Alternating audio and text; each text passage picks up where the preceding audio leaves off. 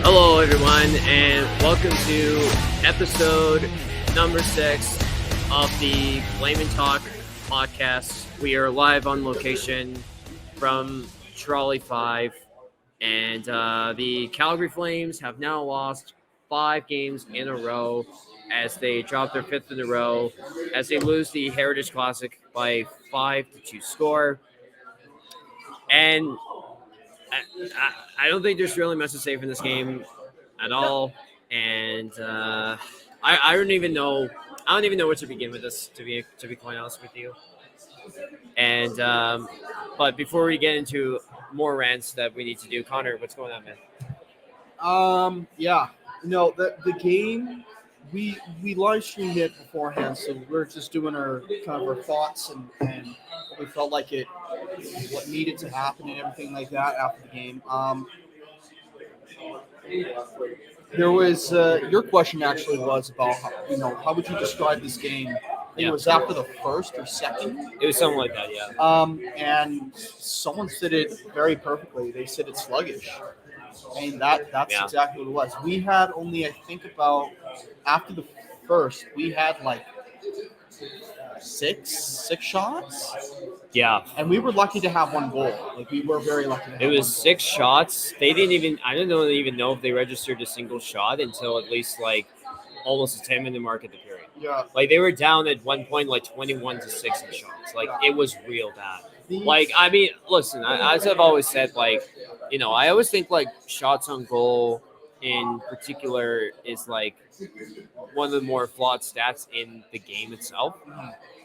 But it's just like you can't be possibly down 21-6 in shots. I mean, hey, if you want to put a positive on tonight, now some Kadri scored a goal finally, and now he has 2 points on the season. He scored a goal of technicality because technically it should have been who shot it? Was it Uyghur who shot it? It was Uyghur, yeah, it was Uyghur. So Uyghur shot the puck and it just happened to hit Kadri right in front on his chest. He didn't even use the stick, and it was his goal, even though it shouldn't have been. It just kind of went in front, and oh, good, I get a goal on this. I get a goal. So yeah. I mean, AJ Greer. AJ Greer, yeah. AJ Greer somehow managed to score a goal actually, it was a pretty nice play by Weir again, but I mean, just yeah. I mean, what did I say last episode? I said at this point I shouldn't be surprised. So I'm not either. Like, I'm not surprised at all. So we're at 2-6-1. The Oilers are on 2-5-1. So we are technically the second last with our other loss. Even though we are tied with Yay, we're tanking. We are, but what's surprising is that what I found out, I didn't even realize it, was that Sharks haven't won a game yet. They've only gotten a point from 1 point. 1 point. Yeah, I thought we were last. I thought we were second. That is so last. Bad. But yeah, no, we're. And then you have, I was looking at the other, the first place, Golden Knights. Yeah, they have 17. So we have 5. They have 17, and yeah, that just tells you about the Pacific Division in a nutshell. It's unreal, man. It's pretty crazy how bad the Oilers have been so far. But I'd say we're in a way worse position. Oh yeah. Because you can look at the Oilers and say, okay, they have Connor McDavid, they have Leon Draisaitl. They're probably likely going to get out of this. Very much so. Yeah. They're more capable of getting out of it than I think we are at this particular point. Yeah. As I said, I think I said on the stream at a certain point, if you want to spin a silver lining or a positive on the Flames struggles right now, they're bad. And I think we want them to be bad in a way where it's like, okay, there's a long-term direction, there's a long-term view. But the problem is you have an owner who doesn't give a fuck.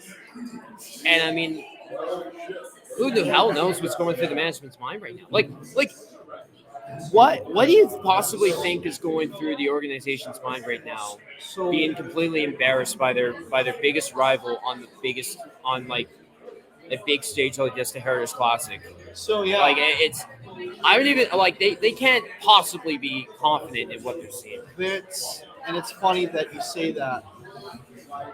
I had a thought about kind of the other day, and it was regarding the Flames overall, just your overall performance. And Yeah. one of the things that I thought about was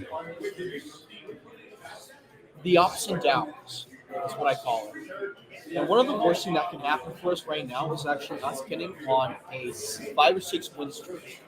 Because what that does is, once again, it creates a narrative of, oh, we're inconsistent, but look, we have this opportunity. We're doing on a 6-game win streak right now, and we're doing fine. It's all good. There does need to be a panic, and it will be one of those things again where it's like, oh, it's just Huberdeau still needs another year. Mitchell still needs another year. Then they'll do good. And it's that we don't need to change anything. It's more development. So the And sorry. the no. Sorry. The problem you're in all of a sudden is you can't trade these guys. No. You can't trade these guys. They got full movement clauses now, and their cap hits are terrible. Oh, Their cap hits are terrible. Nobody's going to want them. That's literally the problem you run yourself into. Yeah, it is again pathetic. It's one of those things where, like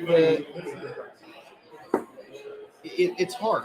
It is really hard to just think about what we can do at this point, other than us just saying blow it up, completely blow it up after the next offseason. Because at this point, I actually don't. Again, like Noah said, I don't want them to do a good winning streak now. No, Win a game or two, but then win 3 or lose 3 in a row. I want Win a to. game, I really lose 3 in and a row. listen. This might sound horrible to say, and people might be like, "Why would you wish on your own team?" The Calgary Flames, for me, the worst thing, to your point, that can happen is they go on a 5 to 6 game winning streak, and the narrative continues to be, "Oh my God, they're still good. They're still going to be good." Right? And the problem is this. People like me want to rebuild. We want to rebuild. We want a direction. We want a long-term view. This organization continues to not have one. Yeah. And they continue to find the narrative that, okay, this team is going to be fine at some point here. Huberdeau needs another year.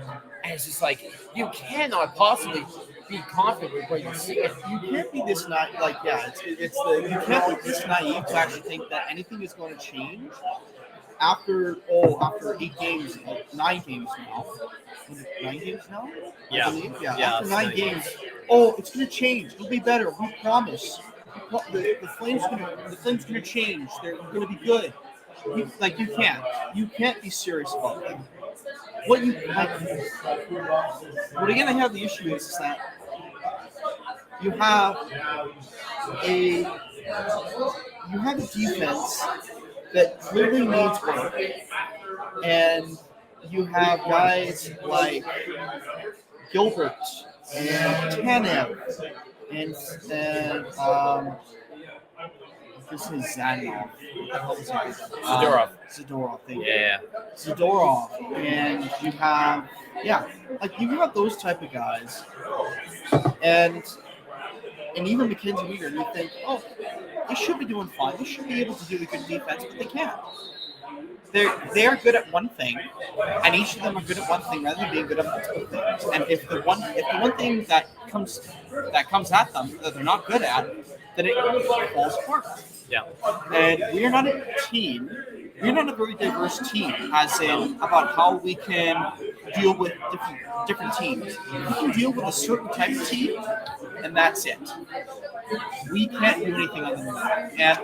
And to say, right now, you know what, this is still the early days, so we can see something that can change with the Flames and whatnot. So we can still see something that can improve, because with the games, they've been like, oh, well, you know, it's been a good close game with this team, and then this game, it hasn't. It hasn't been a close game. We're not going to do things like that.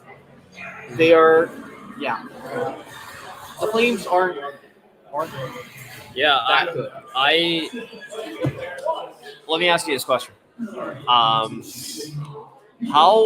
long do you think you can keep waiting if you're Craig Conroy and the management staff? How long do you think you can possibly keep waiting until you have to start making some decisions? You can't wait too long.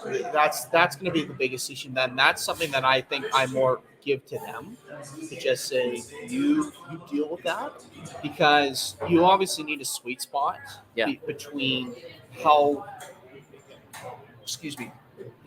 how much their trade worth is, what is being offered on the table if there is a trade, if you want to buy them out, about how much that is going to actually cost, if you want to think about other things like that.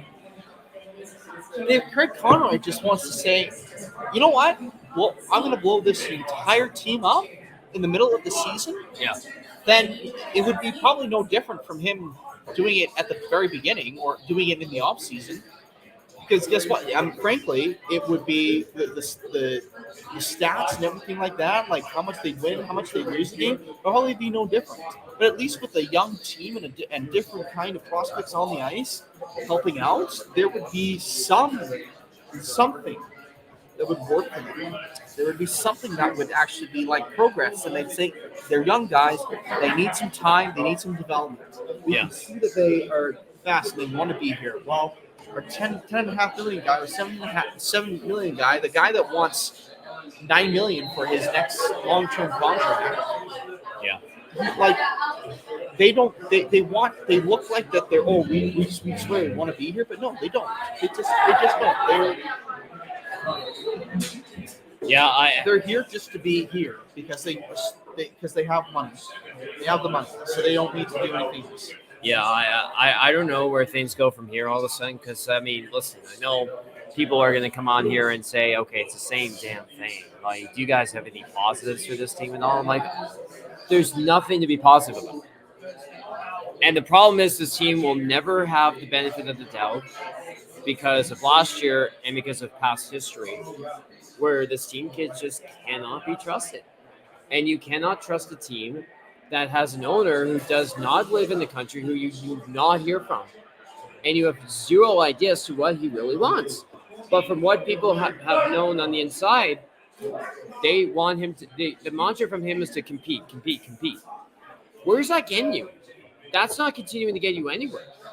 And the thing is, do we like having these same conversations? No, we don't. But the reality is this team is shit. This team is dog shit.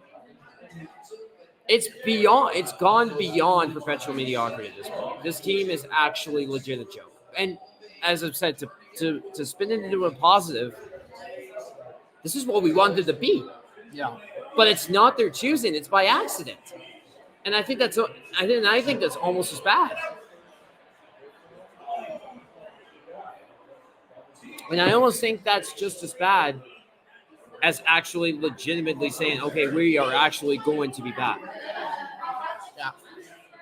I mean, as I've said, I don't know where we go from here. I really don't, because it's going to be the same conversation up until American Thanksgiving. Yeah, pretty much. It's going to be the same thing up until American Thanksgiving because you're probably going to know where things are by that point. You know what the thing is, though, because there's a lot of different prospects we have, and we have Zari, and we have Poirier, and we have Wolf, the AHL. Poirier is injured though. Poirier is, but still, we have them. But I wouldn't say, besides Dustin Wolf, I really wouldn't say they're in that category of like high-end elite potential. But what I'm saying is that I wouldn't put them in. Even in this, because you talk about how Calgary is the team that where careers are. Sorry, Calgary, where careers become ruined and whatnot. Yeah. I don't want a team where they bring up their prospects and literally nothing happens and you see Dustin Wolf in his first year as being a kind of almost a full time, and then just a one game. I don't want to see him having his first game have a 0.85 save percentage and a 3.5 goals against average kind of guy. He's supposed to be this big time goaltender. And I don't want to see that. I don't want to see Christian say Christian Zari or Connor Zari. Connor Zari. That's my name. Oh, hey, wait, Connor there you Zari, go. Yeah. So Connor Zari. You guys are brothers from different mothers. I was thinking Christian Jari. Christian Jari. I was thinking Jari. I was like Jari. But Connor Zari, I don't want to see him do nothing because he has nothing. Like he has no other person to give him offense. He tries to do things on his own, but he doesn't know what the NHL is like.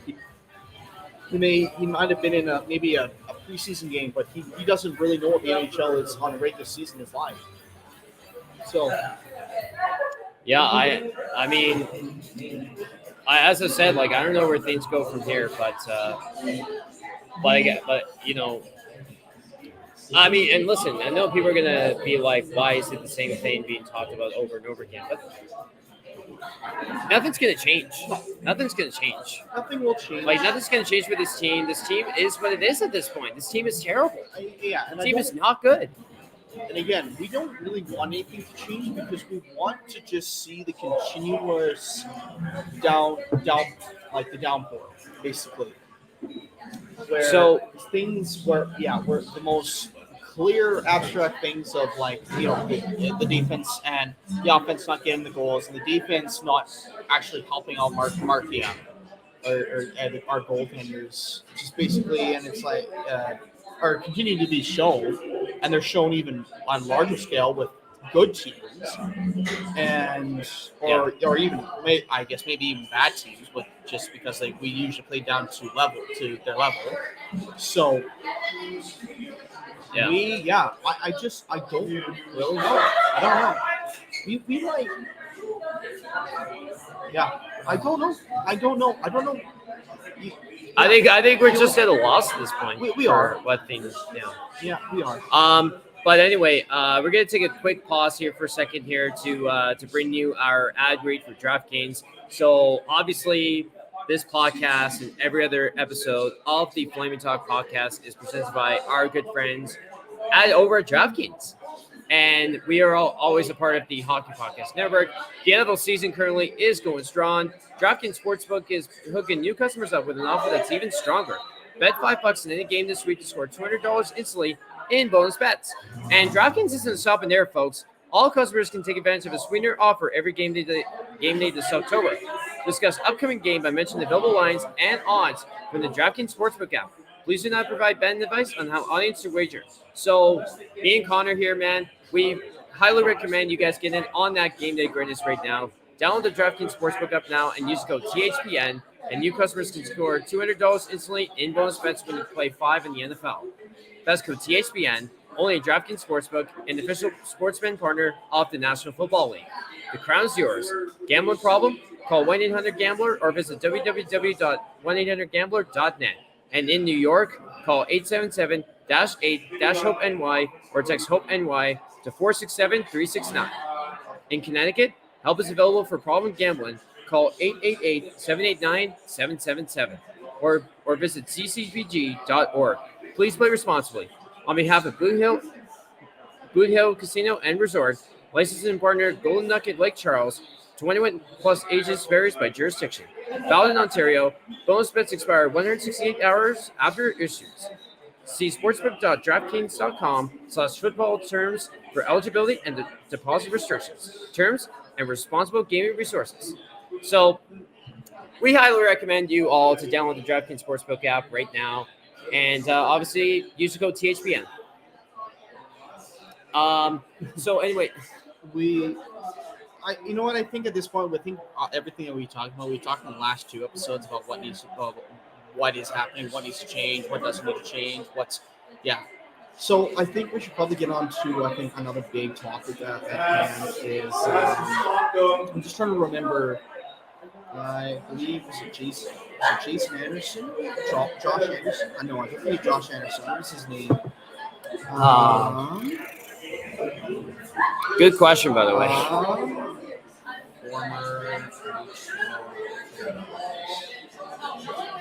Adam Johnson. Adam Johnson. Yeah. Adam Johnson. So obviously, I think was it today? I'm pretty sure it was earlier today that they talked about Adam Johnson had died. They said a freak accident, which we later discovered was due to a skate blade cutting his neck and cutting a major artery, which probably caused due to blood loss. He played for a couple games with the Pittsburgh Penguins. And posting a couple points, but he was in England. Yeah. During our podcast, during our live stream, we had there was someone actually who was watching from England, and they talked about how this individual was actually there was actually like it said something about it was kind of a men's league kind of thing, but there were like 8,500 people watching when this incident happened, which for us in Canada, as big as hockey is, we don't get that kind of thing for a lot of men's league. So it was probably very, very heartbreaking for. Yeah. And it was. I was going to mention, and we've seen. We've seen these accidents happen in the NHL level, whether that was Richard Zednik when he played with the Florida Panthers, accidentally catching the skate blade to the throat from Olli Jokinen back in 2008, or whether who was that? Clint Malarchuk. Yeah. The other guy that guy who got Sabres goalie, yeah.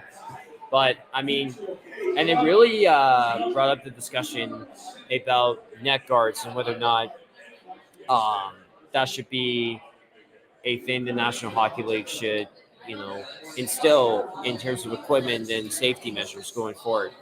I think personally, there hadn't been a death before this in relation to an incident like this, but I honestly think, especially after the Evander Kane incident last year, where he took a skate blade to the wrist, and basically, I really think that protection for the neck should be instilled in National Hockey League going forward. I really think so, because I know we've seen accidents like this before where the players have turned out to be fine, but if you're Gary Bettman, if you're the league, what if that was one of your players that died as a result of getting cut in the throat from the skate blade? What if that was one of your players? Like, you'd be facing a whole lot of S from it if that happens, right? And I personally think the NHL should instill neck guards for safety going forward. Absolutely. Yeah, and just to put my input on this, I've been in. I'm a goaltender, so obviously I need to wear one. This is just more of a. I don't ever wear those neck protectors. You put on the mask. I used to, but I don't anymore. I think that's just more of a preference. I get shots up high a lot of time. I haven't had one right directly in the neck, but with players, even though it might be for neck protectors, it's either a piece of fabric around the neck, or it could be something a little more of something heavy just around here. Yeah. I don't really care. It is what is probably going to be more likely to happen than anything is something is a skate blade to your neck rather than a puck. If again, I don't. Yeah, there is not a lot of protective equipment to actually make you, immune to the puck shots of the puck to the neck here, unless you are wearing like a big neck brace that's like 5 inches thick, full of like reinforced steel or something like that. Yeah, there's no way other than that. And that just, for me, I think if you're the NHL, I really think you start to look into it as a possibility because, like, as I said a little bit ago, what if that was one of your players in that exact same situation? And I know it's happened a couple times in the NHL, and it hasn't gone to that point where someone has died from that. But what if that were to happen to one of your players in the process? Um, but but speaking of that, we will put a bow on that part of the conversation.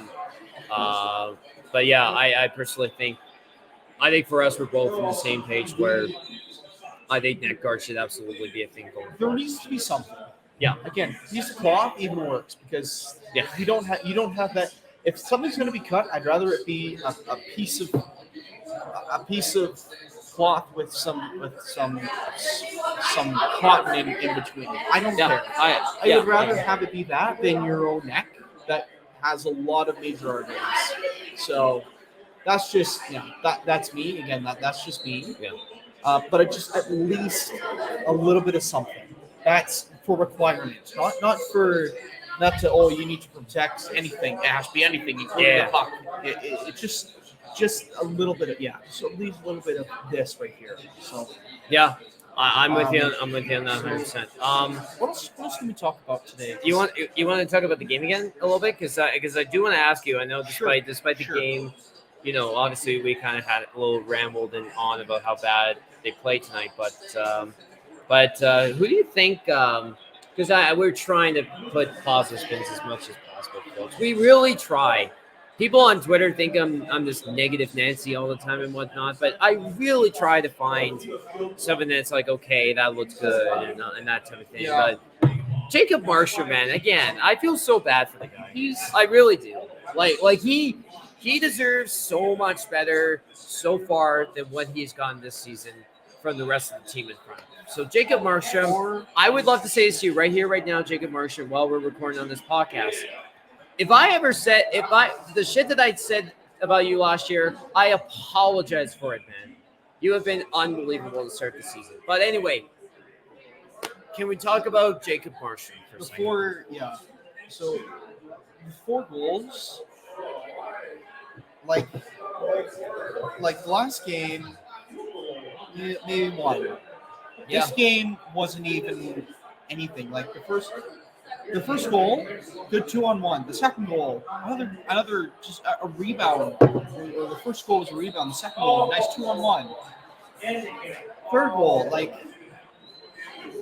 you can't see, you can see that. The fourth goal, the worst, one of the best either tips or it was just one of the worst bounces for him because he's getting his pad down and all of a sudden it goes top shelf.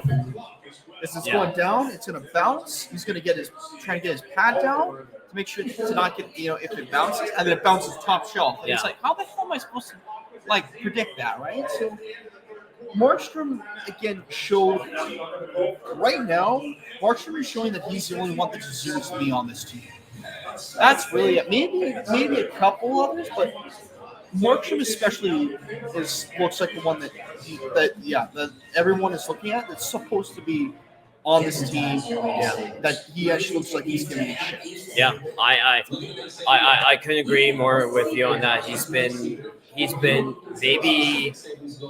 perhaps he's been one of the team's 2 biggest bright spots so far this season, and you can't say any more good things about the way that Markstrom has played, so far through how many starts does he have? Because Dan Bladar, I think, has had 2 starts so far. Is that 2? The first one was pretty 7 starts in so far. I think his first one was against Buffalo. Yeah. And the second one was against Detroit. Yeah. So, I mean, Vladar is looking like a backup goaltender. So, I mean, that's not anything. Again, I don't really. I don't even think Dan Bladar. I don't even think Dan Bladar's been that bad. No, he hasn't. I mean, the Buffalo game, he did pretty well. For the Detroit game, he was left out to dry. Really, he was honestly left out to dry. So I can't. The goaltenders aren't the problem. That's the thing. The goaltenders aren't the problem. They are right now. what is the problem is the rest of everything. Yeah. Like before, I'd say, oh, the defense. Like last year, it's like the defense was good. You just need better goaltending, and then it'll better some better offense. Getting more goals rather than pushing back. Just get some more goals. This season, I wish it was the same thing where it was the goaltending and the defense was doing fantastic, and it was just the offense. Some kind of progression, but yeah, it's not. It's not that at all. It's other than having the offense hasn't changed and the defense rather than being the ones that's the problem, or the goaltending rather than being the problem. The back end, it's the defense. So I don't know. Yeah. It's hard. I want to see Markstrom do well. I just want Me to too. see this again. It is 9 games in the season, but it's not. It does not look well. I talked about last episode about a 20 rule system, but that was really because I said there would be some potential if they were going 2-6-1 right now, and the 7 losses that they had was some good solid play. They had some good chances. If it was like a 5-4 loss, things like that, then I'd say, okay, we need to kind of look at some things about what are they doing wrong, what are they doing right, what is this going on, what is that going? I don't know. Like I mean, we've talked about several times. Like there's nothing really much more to talk about because it's the same thing. It's nothing different, right? Like just the same old level overall play, and we're gonna start to wrap up this quick special edition of the Flaming Talk podcast live here from Trolley 5 on the heels of a Flames 5-2 loss against the Edmonton Oilers on the Heritage Classic. I figured it's not really hockey related what we'll wrap up with, but we figured since it happened, we might as well talk a little bit about it. Yesterday, a report came out of Los Angeles that Matthew Perry had passed away at the age of 54, and he was found in his LA home in the jacuzzi, and apparently from an apparent accidental drowning. I know everyone's going to say that Matthew Perry is going to be remembered for playing one of the more iconic characters in the history of television, but we also all know what he went through with his personal struggles with alcohol and drugs. And I think this is an opportunity, for us to tell everybody that, you're not alone in your struggles. And I think it's important for all of us to say, and I know we're here at a brew pub and I know we're drinking beer and all that stuff, but for people who are struggling with addiction and issues, we really want you to go and get help as soon as you can. And that's the biggest step that you can take is in the road to recovery, in the road to sobriety is ask for help. And and we always encourage everybody to drink responsibly and to make sure, and even like with the gambling ads for DraftKings, we really, really, really encourage all of you to, please play responsibly and not do anything that is over the line or bad. And we really do. And, for me, it's such a sad story with him, with Matthew Perry in general, because this is a guy who played one of the greatest characters in television history. But there are a lot of different things going on behind the camera, obviously. And there were a lot of cracks happening too. And it's really sad. And it just goes to show you that stuff like addiction and all this other stuff can really, doesn't matter who you are. Doesn't matter how kind you are, and doesn't matter how respectful you are and all those kind of things. It can happen anywhere.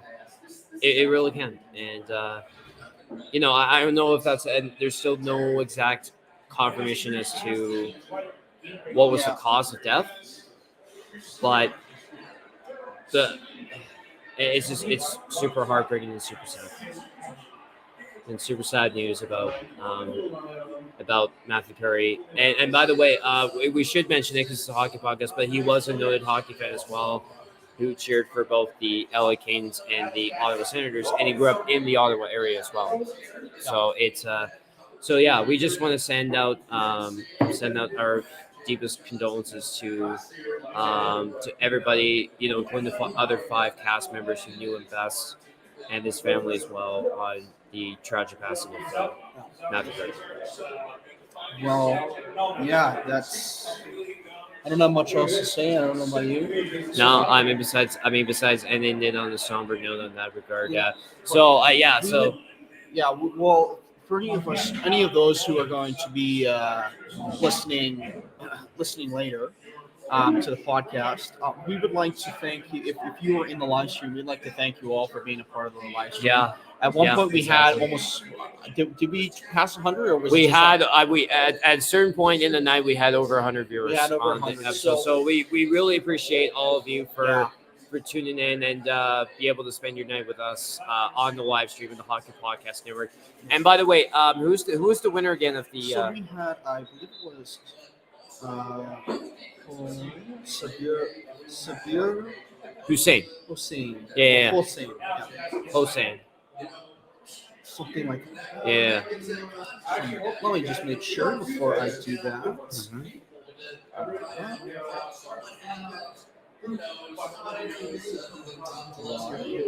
Let me just make sure. Yeah, it was called Sabir Hossein. Yeah, Sabir Hossein. So, by the way, Host at SabX Host on Twitter. So that is our winner for the Hockey Podcast Network contest, getting the H clothing sweater, everything hockey sweater. Yeah. We again congratulate Sabir. Hopefully, they'll Hockey Podcast will contact you regarding you being the winner. But it's it was. Again, we all really do appreciate, even though we lost. Yeah, we still really do appreciate all of you being a part of the live stream, being a part of just kind of chilling with us, talking with us on live chat and everything like that. And so I think between both of us, I think that's the best way we can end the show tonight is by thanking the audience for joining us. We'll be back on Friday afternoon with a new podcast of the Flaming Talk. Sorry, with a brand new episode of the Flaming Talk podcast. Episode number 6, which is right now, should be released by later on in the next couple hours. But I guess we'll see what happens. If not, possibly tomorrow as well. But we'll see. But anyway, for me, Noah Adler, and for my co-host Connor Dolan, we wish you a very good Sunday night.